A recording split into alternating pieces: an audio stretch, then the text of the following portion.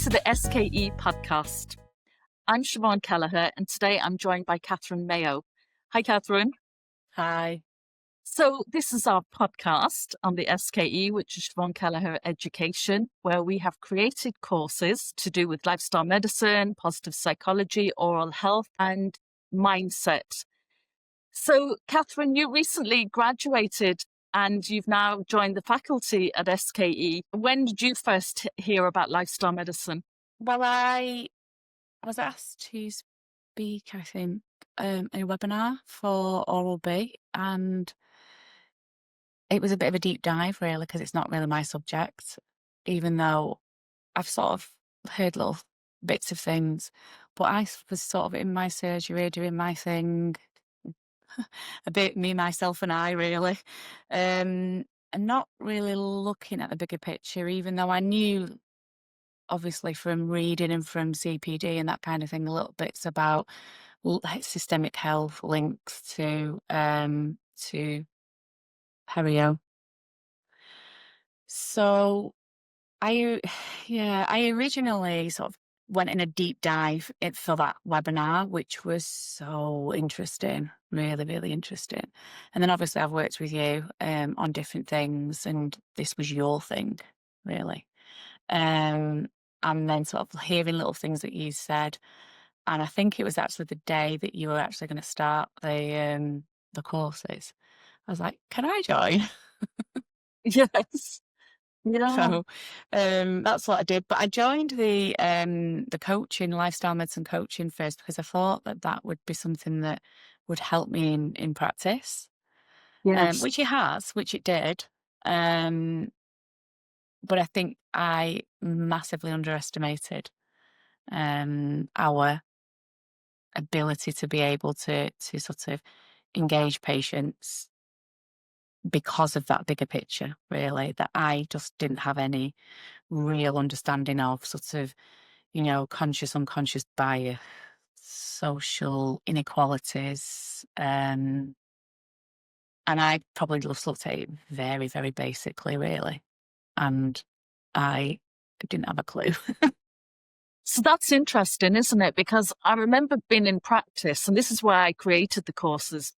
I was in practice and I knew that there was more, but I just Mm, couldn't put my finger on what it was. And then I decided to go back and do the master's in personal management coaching because I wanted to really look at goal setting, if you like, and behavior change, mm, which was so helpful. And also the self development for me personally throughout that. When I came out of the master's, though, there was still something missing. And then when I read the description for the course in positive health, I was like, this is it. And it was. But unfortunately, in that course, oral health wasn't even mentioned. And that's why yeah. I created this course, the Diploma in Oral Positive Health, which is a combination of lifestyle medicine and positive psychology, because I wanted to share this knowledge with my colleagues that there is so much more that we can do. And I think my colleagues, and even you read on forums, and, you know, people are working very hard and there's a lot of scaling going on. But really, we, and I'm sure you'll agree, we need to sit back more and talk to our patients about what's going Mm. on. That it's not just picking up instruments, is it, Kathryn?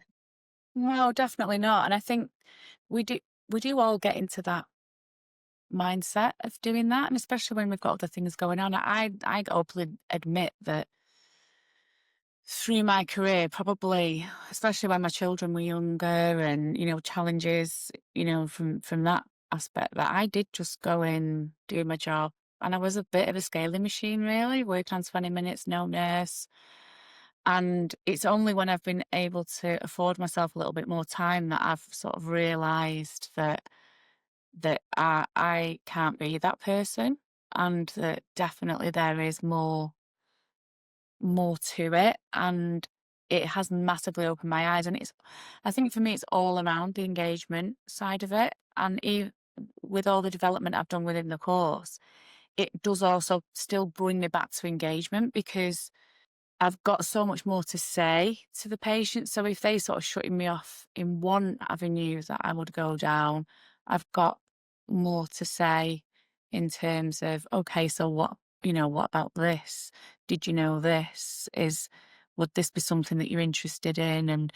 And it's sort of, it's helped me in my clinical practice, and also from personally developed me. And I suppose the thing that I've taken most from it would be that personal development, really, that I'm better at my job, but I'm also personally, I'm able to implement things to make me healthier. And I was sort of primed for that anyway. I am that 50 something person who needs to be strong and healthy, and not so worried about what the scales say.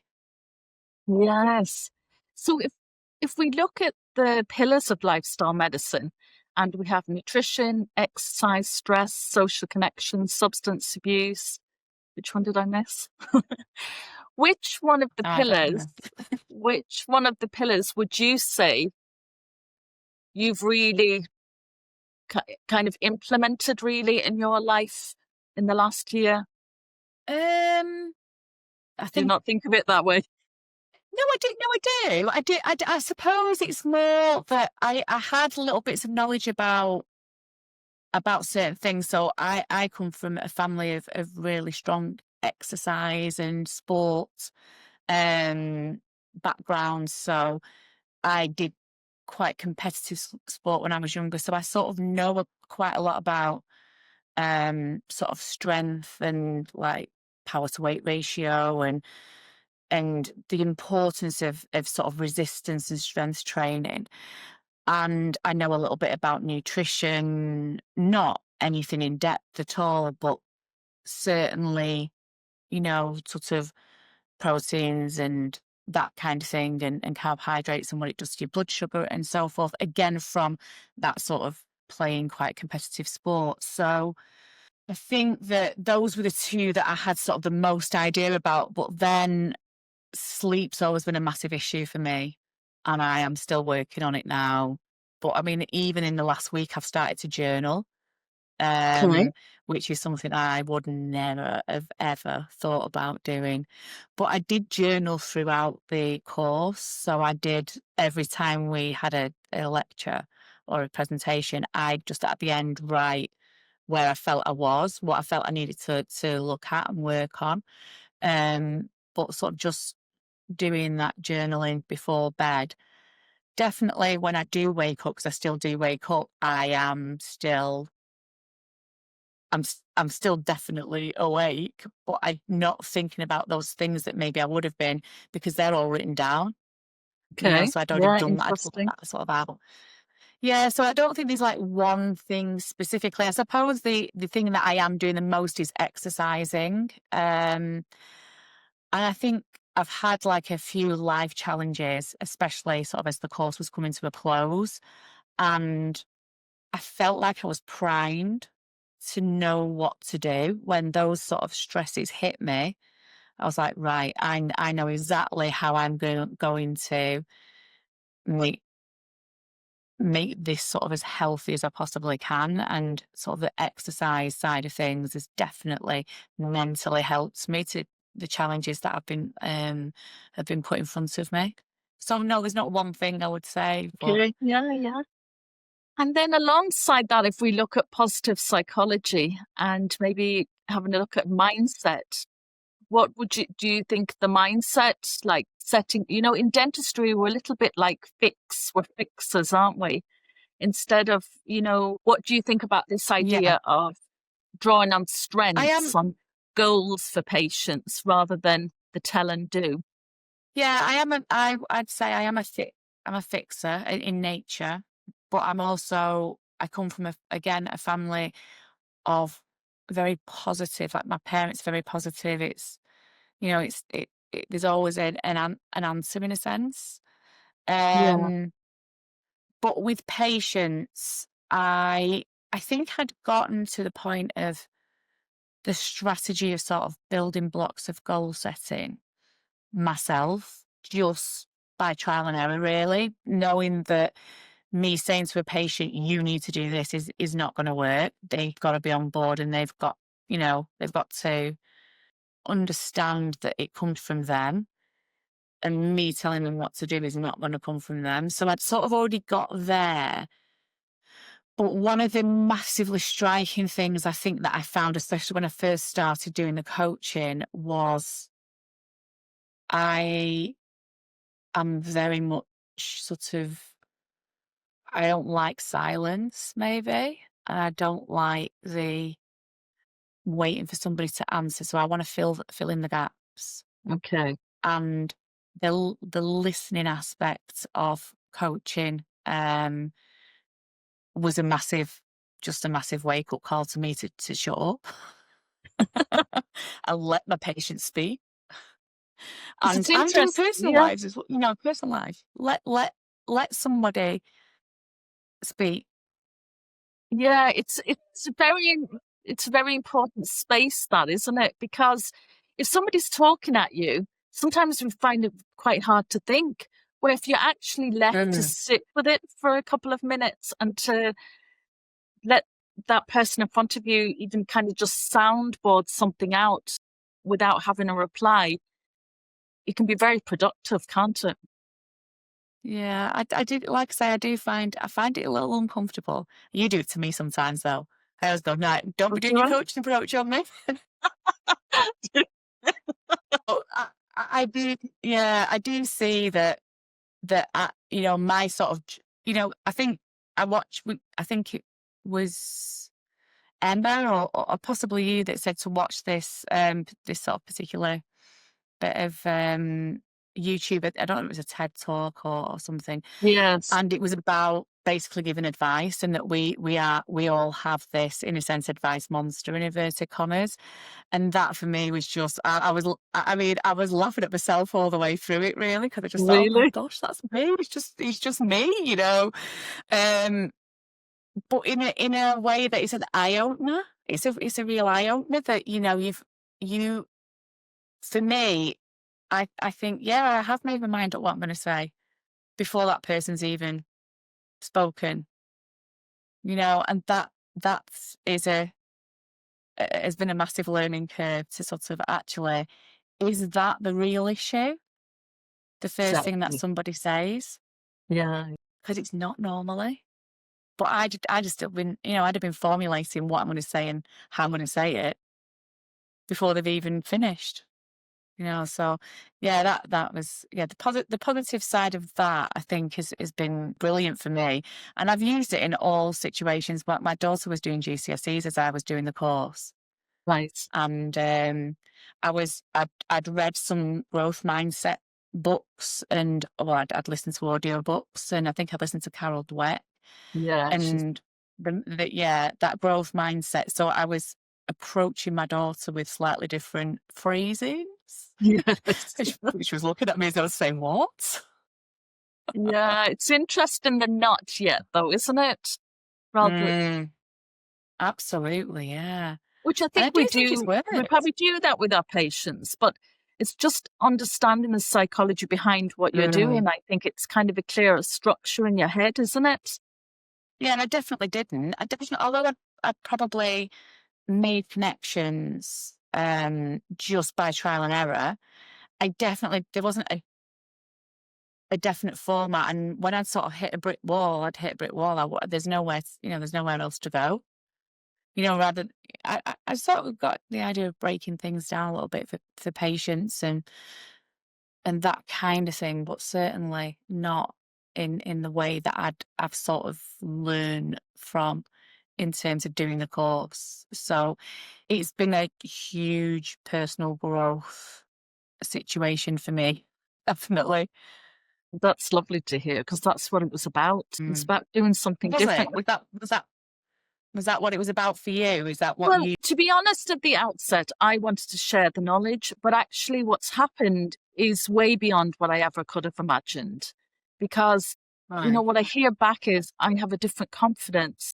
My life's changed because of, some of the things that you've said there. And there's just a real little community around it, isn't there? That there's an Yeah. understanding, there's a kind of a calmness around it as well. There's some fabulous personalities that's there, and we're all still in touch. And it's been really fantastic to sit back and watch what people have done with it. And I know Kate and Lisa are going to come on, and they've come up with Perio Life Align, where they've completely incorporated lifestyle medicine and positive psychology into their Mm. practice. And they're doing the research and gathering more data. So they didn't stop. They implemented it, and now they're still doing the research. Like, that to me is incredible. Like, it's so exciting. Yeah, definitely. And like you say, I think because Kate was on the year that your first year, wasn't she? So Yes, I'm like the second cohort, and she was the first. And obviously, I knew them a little bit because I'd taught the implant on the first year. But it's great how there's not like, oh, you're the first year, you're the second year, you're this. We just all sort of get on and sort of interact. And like you say, there's a camaraderie there, I suppose, of definitely, sort of we've done this and we want to know more. And there's just so much, so much to know. definitely. And yeah, I suppose that the positivity, the supporting people, because we all have strengths. So, I've obviously presented before, as of you, but Kate and Lisa, they're a little bit newer to that. So they've been doing all of this research. And, I'd said to them, look, if you need any help with the actual presentation side of it, or, and I'd said it to a couple of the others as well, because obviously I've done that. And they, obviously, I learned things from them. They learned things from me. So it's that kind of thing. We're a dab hand now at the Canva presentations, Kathryn. Yeah. Yeah. Yeah. Definitely. Yeah, One by of trial and the error. by trial and error. And Mihai Csikszentmihalyi, he talks about being in your flow. And one of the things that I think would be great research is that if we looked at appointment lengths and if we were able to really treat patients how we envisage the treatment to go, like if I think back to one of my happiest times was when I was in London and I was in a surgery overlooking the Limehouse Marina. It was just beautiful, but they gave me an hour for the patients. So I was able to get everything into that hour. And if I look back, I think at that time, it was my most time that I was in my flow. And when you're in your flow, Mm, you're really at your deepest sense to yourself doing, what you love doing, and the time passes by so quickly. I really would like to see some research with you, Kathryn, on that, on yeah. appointment lengths and how people are working. And tying into Yeah, I that, think that if you think about Martin Seligman, when he first started out looking at positive psychology, and he said, well, we're spending all the money here looking, the research is going into mental health. But over here, what are the happy people doing? We yeah. could tie that in because, if this model can work with these type of appointments, then we could help the people out over here. What would you think? Yeah, Do you think it'd be a good area of research? So anybody out yeah, I there mean who wants to do some research? yeah, please. I think, yeah, definitely. I mean, I noticed a difference. I work in 2 different settings, or I did up until, a few weeks ago, and I noticed that the patients that I see in one of the settings where I have sort of 45 minutes to an hour for an initial consultation, they tend to engage, um, much quicker. The other practice is still great, and I have half an hour, and I work for a really good principal who will let me just do an initial consultation and no treatment if I think it's necessary. So I do have that, but I do still think that the ones that I've got that length of time just to really talk, and it's obviously normally about implants, and now obviously I'm incorporating the primordial side of things. So we don't identify any risk factors as it stands, but this is how we would hope to go forward and not develop any risk factors. So looking at the pillars of lifestyle medicine in that respect, and especially with implant patients, those patients are probably the patients who are going to be a little bit more susceptible, because why are they in our chair in the first place? So looking at the sleep and it's only like, a quick conversation really, and touching on things just from, just asking them about the family and the social connections and, you know, a guy I saw recently who's retired, and you know, are they actually getting that social interaction that they need to be sort of mentally stimulated? So I definitely think that the research would be great to know whether actual appointment length may be a bit of a loss leader. So less appointments because they engage quicker. Yeah. And are they going to take away things that may help them to manage their general health as well as their oral health? So certainly could be an area, So do I definitely. feel a master's or a PhD coming on, Kathryn? I feel like you need to stop telling me to do courses. That's what you need to do.